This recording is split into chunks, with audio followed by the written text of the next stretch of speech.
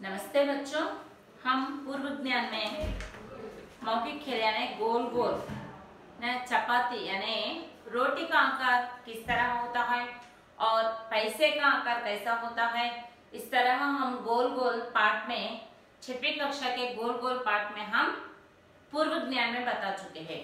तो आइए बच्चों, आज 6वीं कक्षा अपने पाठ्य पुस्तक हिंदी पाठ्य पुस्तक निकालिए और पृष्ठ संख्या 16 अपने हिंदी पाठ्य पुस्तक में पृष्ठ संख्या 16 निकालिए।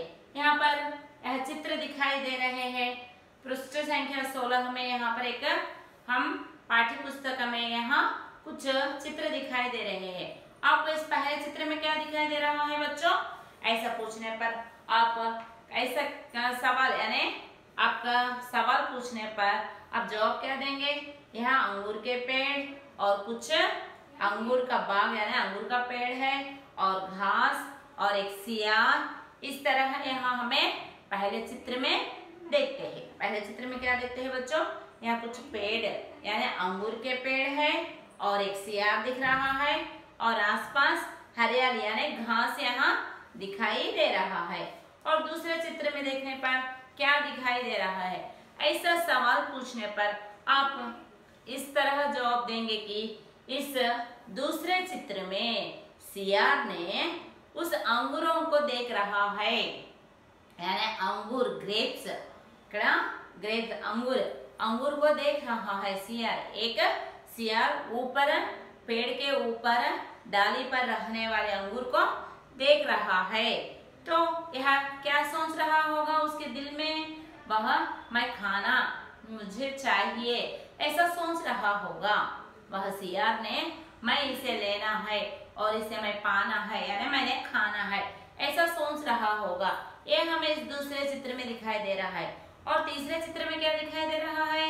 तीसरे चित्र में ये सियार अंगूर के लिए उछल रहा है यानी अंगूर लेने के लिए या अंगूर तोड़ने के लिए, अंगूर पाने के लिए उछल रहा है। उछलना मीन्स दुमकटम पैकी एगरटम अन्नమాట, सो उछल रहा है ऐसा इस तीसरे चित्र में दिखाई दे रहा है। और यहाँ पर चौथे चित्र में क्या दिख रहा है? चौथे चित्र में इसी तरह अंगूर के पेड़ है और सियार वापस चला जा रहा है। क्यों चला जा रहा है वापस? इस हम अपने इस खट्टे अंगूर पाठ में बताएंगे। खट्टे अंगूर, खट्टे सौर पुल्लने खट्टा, जो हमको रुचियां रहती है षड रुचियां खट्टा यानी सौर पुल्लना पुल्लगा ఉండటం खट्टा पुल्लगा। अंगूर, अंगूर माने ग्रेप्स, अंगूर माने ग्रेप्स द्राक्ष, अंगूर द्राक्ष ग्रेप्स, अंगूर माने द्राक्ष। खट्टे अंगूर, इस पाठ आप देखिए। जंगल में एक सियार जा रहा था। हम कई फलों के नाम बता सकते हैं। क्या है बच्चों? कुछ फलों के नाम बताइए। ऐसा आपका अध्यापक आपको सवाल पूछने पर आप कुछ फलों के नाम इस तरह बता सकते हैं। किस तरह? आम, जामुन, केला, सेब, अंगूर, ऐसा कुछ फलों के नाम आप बता सकते हो। तो यहाँ खट्टे अंगूर यानी पुल्लनी द्राक्षा। इस पाठ में हम यह जानते हैं कि एक झाड़ी यानी एक पेड़ है, एक झाड़ी है और वहाँ एक पेड़ है यानी अंगूर के पेड़ है। एक सियार उधर जाते जाते उसका नजर उस पेड़ पर पड़ता है जो अंगूर का है। जो अंगूर का पेड़ है वो सियार की नजर उस पर पड़ती है तो वह देखता है। वहाँ आसपास झाड़ी में पूरे और कई पेड़ रहते हैं और वहाँ घास और इस तरह कुछ हरियाली ऐसा हमें इस पाठ्य पुस्तक में दिखाई दिया गया है। और सियार उस पेड़ को देखकर यानी खट्टे अंगूर के पेड़ को देखकर ऐसा सोच रहा होगा उसे मैं पाना चाहिए यानी वह मुझे खाने के लिए मुझे चाहिए ऐसा सोच रहा होगा। ऐसे सोचते सोचते वह सियार उस अंगूर के तरफ देख रहा है यानी आपको पाने के लिए यहाँ अंगूर के तरफ देख रहा है। तो आइए बच्चों देखेंगे हम। जंगल में एक सियार जा रहा था। फॉरेस्ट లో అడవిలో ఒక నక్క వెళ్తూ ఉంది। సియార్ మానే ఫాక్స్, సియార్ మానే ఫాక్స్, నక్క सियार फॉक्स, सियार माने फॉक्स नक्का। जंगल में एक सियार जा रहा था, जंगल में एक सियार जा रहा था, उसे अंगूर का एक बाग दिखाई दिया है, उसे एक अंगूर का बाग यानी गार्डెన్ ద్రాక్ష తోట అన్నమాట కనిపించింది। ఆ ఫారెస్ట్ లో అలా వెళ్తూ ఉంటే కొంత దూరం వెళ్ళిన తర్వాత దానికి ఒక ద్రాక్ష అన్నమాట, ద్రాక్ష తోట దానికి కనిపించింది। అంగూరు ऊंचाई पर लगे थे, ఆ ద్రాక్షలు ఎలా ఉన్నాయంటే చాలా ఎత్తుగా అన్నమాట, ఆ చెట్టు యొక్క పైన ఎక్కడో ఎత్తున ఆ ద్రాక్షలు ఉన్నాయి। उनको पाने के लिए सियार ने बार बार प्रयास किया, దాన్ని కోసుకొని తినటం కోసం ఆ చూసినటువంటి ఆ గ్రేప్స్ ని చూసినటువంటి ఆ నక్క దాన్ని కోసుకొని తినాలి అనేటువంటి ఆలోచన, అసలు ఆ ద్రాక్షను చూడగానే దాని నోట్లో నీరు అన్నమాట, పాని పాని భర అనే నోరు ఊరించే విధంగా, చాలా పుల్లని నోరు ఊరి అంటే నోట్లో లాలాజలం అన్నమాట, వాటర్ నోరు ఊరింది అనమాట। మనకి ఏదైనా స్వీట్ కానీ ఏదైనా పెడితే తినాలి అనేటువంటి ఆలోచన ఉంటుంది కదా, సో అలా అతని నోట్లో నీరు అనేటువంటిది నోరు ఊరింది, అది దానికి కావాలి అనుకుంది అనమాట। అంగూరు ऊंचाई पर लगे थे, కానీ చూస్తే ఆ గ్రేప్స్ ఎలా ఉన్నాయి, చాలా పైన చాలా ఎత్తుగా తనకి అందనంత దూరంలో ఉన్నాయి, ఆ గ్రేప్స్ అందనంత దూరంలో ఉన్నాయి అన్నమాట। ఇంకో పానే के लिए सियार ने बार बार प्रयास किया, దాన్ని కోయటం కోసం, అది ఎలా వస్తుంది, అదే మనమైతే ఒక రాయి తీసుకుని यानी एक पत्थर लिया और उसे मारे तो वो कुछ अंगूर हम नीचे गिर जाता और हम चूल्हे को ले लेते, मगर यह सियार उसे तो हाथ नहीं रहते, इसलिए वह उछलने लगा है, उछलना దుమకటం, ఆ గ్రేప్స్ ని కోయటం కోసం అది ఎగరటం స్టార్ట్ చేసింది అనమాట। ఎవరు, నక్క, దేనికోసం, ఆ అంగూర్ అంటే ద్రాక్ష కోసం అనమాట। ఆ ద్రాక్షాలను కోయటానికి తన చేతులు లేవు, సరే ఆ చేతులు ఉన్నట్లయితే ఒక రాయో ఏదో తీసుకొని వేసినట్లయితే అవి రాలేయి, కానీ తనకి ఇది లేదు, సో అది దూకటం అనమాట, ఎగరటం స్టార్ట్ చేసింది అనమాట। ऊंचाई पर लगे थे, उसको पाने के लिए सियार ने बार बार प्रयास किया, सियार ने बार बार प्रयास అంటే ప్రతిసారి అది దూకుతూనే పైకి దూకుతూనే ఉందన్నమాట। అంగూర్ హాత్ నా లగే, కానీ తన చేతికి అంటే అది దూకే పైకి ఇలా ఎగిరేసరికల్లా దాని చేతికి ఆ ద్రాక్షాలు అనేటువంటివి ఏవి కూడా దానికి దొరకలేదన్నమాట। సో అది నిరాశ చెందింది, పాపం ఎన్నోసార్లు ప్రయాసపడింది, దాన్ని ఏ విధంగా అయినా సరే ఆ పళ్ళని కోసుకోవాలి అని చెప్పేసి చాలా ప్రయాసపడింది। ఎవరమ్మా ఇక్కడ ప్రయాసపడింది, ఫాక్స్ నక్క, సియార్ అన్నమాట, నక్క చాలా ప్రయాసపడింది అనమాట, ప్రయాసపడిన దానికి దొరకలేదు। సో కొంచెం సేపు ఆ ప్రయాసం చెందిన తర్వాత, అది ఎంత ప్రయత్నం చేసిన తర్వాత దానికి దొరకకపోయేసరికి అది ఏమనుకుంది, అందని ద్రాక్ష పుల్లనా, సో అది నాకు దొరికినాయి, అవి పుల్లగా ఉన్నాయి, నాకు తినటానికి పనికిరావు అని చెప్పేసి అనుకుంటే సర్దుకుంటే సరిపోతుంది కదా అని చెప్పేసి అనుకుంది అనమాట। ఏమని, ఆ ద్రాక్ష పుల్లగా ఉన్నాయి, అందుకనే నేను కోసుకోలేదు అని నేను అనుకోవచ్చు కదా అని చెప్పేసి పాపం సంతృప్తితో ఆ నక్క అక్కడి నుంచి వెళ్ళిపోయింది। अंगूर हाथ ना लगे, ये अंगूर खट्टे है, कहा कर सियार वहां से चला गया, कहा सियार वहां से चला, ఇవి చాలా పుల్లగా ఉన్నాయి, సో ఇవి తినడానికి పనికిరావు అని చెప్పేసి మనకు దొరకకపోతే మనకు అదృష్టంలో ఇంతే ఉంది అని చెప్పేసి అనుకుంటాం కదా। సో ఇక్కడ ఈ నక్క కూడా, సియార్ కూడా ఏమనుకుందంటే నాకు అందని ద్రాక్ష పుల్లగా ఉన్నాయి అని చెప్పేసి అది నిరాశ చెంది అక్కడ నుంచి వెళ్ళిపోయింది అనమాట। సో మనకి ఖట్టే అంగూర్ అనేటువంటి ఈ పాఠంలో మనము అందని ద్రాక్ష పుల్లన, యాక్చువల్ గా అవి నిజంగా పుల్లగా ఉన్నాయా తీయగా ఉన్నాయా అనేటువంటి దానికి టేస్ట్ తెలిసిందా, తెలియదు, మరి ఎలా అనుకుంది, అది ఎన్నిసార్లు ప్రయాసపడినా కానీ తన చేతిగా ద్రాక్ష అందలేదు, అది కోయటానికి తనకు వీలు కాలేదు, అవి దొరకలేదు, కాబట్టి ఏం చేసింది, అందని ద్రాక్ష పుల్లన అని చెప్పేసి అనుకున్నది।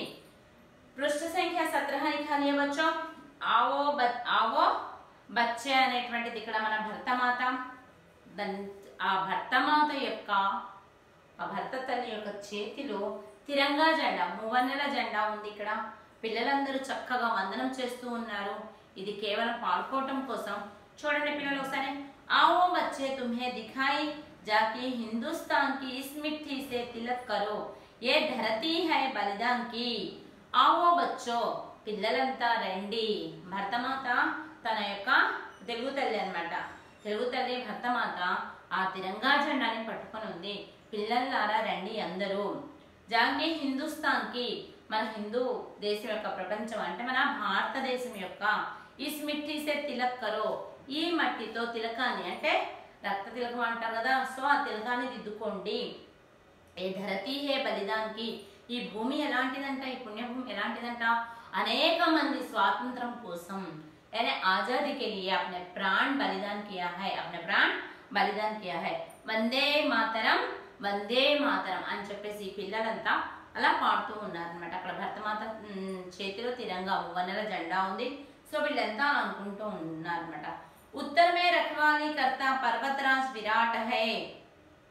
తర్వాత ఉత్తర భారతదేశంలో మనకి హిమాలయ పర్వతాలు ఉన్నాయి కదా, ఎవరెస్ట్ శిఖరం అదంతా హైయెస్ట్ గా ఉన్నటువంటి ఎవరెస్ట్ శిఖరం కూడా హిమాలయ పర్వతాలు అంటే నార్త్ సైడ్ లో ఉన్నటువంటి హిమాలయాల పర్వతాల్లో ఎవరెస్ట్ శిఖరం ఎత్తైనటువంటి శిఖరం అంటే ఎవరెస్ట్ శిఖరం కూడా ఉంది కదా. సో ఇక్కడ చెప్తున్నాడు, ఏమని చెప్తున్నాడు, ఉత్తరమే రఖవాలీ కర్త పర్వతరాజ్ విరాట్ హై. ఉత్తర భారతదేశంలో ఉత్తరాన ఉన్నటువంటి పర్వత శిఖరాలాగా అక్కడ రఖవాలి, రఖవాలి అంటే ఏంటి, కాపలా అనమాట. వాచ్మెన్ అంటారు చూసారు, కాపలా కాస్తుంటారు. సో రఖవాలి అది మనకి పెట్టని గోడ వలె విదేశీ యొక్క దండయాత్రలు అనమాట. వేరే వాళ్ళు మన దేశంలోకి చొరబడకుండా ఉండటం కోసము అది కాపలా కాస్తుంది. విరాట్ అంటే ఆ పర్వతం, ఆ హిమాలయాలు వేరే దేశంలో ఉన్నటువంటి వాళ్ళు సోల్జర్స్ కానీ ఎవరైనా సరే మన దేశంలోకి రాకుండా అది మనకు రక్షా కవచం లాగా ఉంది అనే కాపలాదారుడుగా పనిచేస్తున్నారు అని చెప్పేసి అంటున్నమాట. దక్షిణ్ మే చరణం కో ధోతా సాగర్ కా సామ్రాట్ హై. దక్షిణ్ మే దక్షిణ భాగంలో ఉత్తర భారతదేశంలోనేమో హిమాలయ పర్వతాలు, విరాట్ చక్రవర్తి అనమాట. కాపలా కాసేటువంటి విరాట్ చక్రవర్తి అని అనుకున్నట్లయితే దక్షిణ భాగంలో దక్షిణ మే చరణ్ కో ధోతా సాగర్ కా సామ్రాట్ హై. సముద్రపు అంటే దక్షిణ భారతదేశంలో ఉన్నటువంటి చరణాలు పాదాన్ని కడిగేటువంటి సముద్రము, సాగర్, సాగర్ మానే సముద్రం అనమాట. సముద్రము చక్రవర్తి లాగా ఉంది. చక్రవర్తి యొక్క పాదాన్ని కడిగేటువంటి విధంగా దక్షిణ భాగంలో దక్షిణాన మనకి మహాసముద్రం ఉంది. ధోతా సాగర్ కా సామ్రాట్ హై, రాజ్యం ఉంది అంటే సముద్రపు యొక్క రాజ్యం ఉంది అని చెప్పేసి ఇక్కడ చెప్తున్నాడు అన్నమాట. నెక్స్ట్ జమునా జీ కే తట్ కో దేఖో గంగా కా ఏ ఘాట్ హై. జమునా అనే మన భారతదేశంలో అనేక నదులు ప్రవహిస్తూ ఉంటాయి అన్నమాట. సో ఇక్కడ ఏం చెప్తున్నాడు, జమునా జీ కే తట్ కో దేఖో. జమునా యమునా నది యొక్క తట్ అంటే ఏంటమ్మా, ఒడ్డు, కినారా. తట్కో దేఖో గంగా కా ఏ ఘాట్ హై. గంగాదేవి యొక్క ఘాట్ అంటే మొత్తం కలిసి ఉండేటువంటి సంగమం అన్నమాట. మనము ఆగి వెళ్ళేటువంటివి ప్లేస్ అన్నమాట. సో గంగాదేవి యొక్క ఈ సంగమాన్ని కూడా చూడండి, గంగా యమునాల యొక్క సంగమాన్ని చూడండి అని చెప్పేసి మన భారతదేశంలో ఉన్న నదుల యొక్క విశిష్టత గురించి ఇక్కడ చెప్పడం జరుగుతుంది. बाट बाट में हाट हाट में यहाँ निराला टाट है.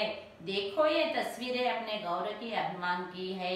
बाट बाट में हाट हाट में అంటే బాట్ బాట్ అంటే పంచడంలోనూ ప్రతి ఒక్క విషయంలోనూ చాలా న్యాచురల్ రిసోర్సెస్ ఉన్నటువంటి మన భారతదేశం ఒక గొప్పతనం, కీర్తి ప్రతిష్టలు చూడండి అని చెప్పేసి చెప్తారంట. హాట్ హాట్ మే యహా నిరాలా టాట్ హై. నిరాలా అంటే అసలు నిస్వార్థమైనటువంటివి అంటే దానికి సాటి లేనటువంటిది నిరాలా, దానికి అదే సాటి అన్నమాట. అంత అందంగా ఉన్నటువంటి మన భారతదేశంలో ప్రతి భాగాన్ని కూడా సముద్రాలు, నదులు, తర్వాత పహాడ్ అంటే కొండలు, వీటన్నిటిని కూడా చూడండి ఎంత అందంగా న్యాచురల్ ప్రకృతి పరంగా ఎంత అందంగా ఉంది అని చెప్పేసాడు. దేఖో ఏ తస్వీరే అప్నే గౌరవ్ కి అభిమాన్ కి. ఈ పిక్చర్స్ ని అన్నమాట. దేఖో ఏ తస్వీర్, తస్వీర్ అంటే ఏంటమ్మా, ఇక్కడ ఉన్నటువంటి రేఖా చిత్రాలను, చిత్రపటాలను చూడండి.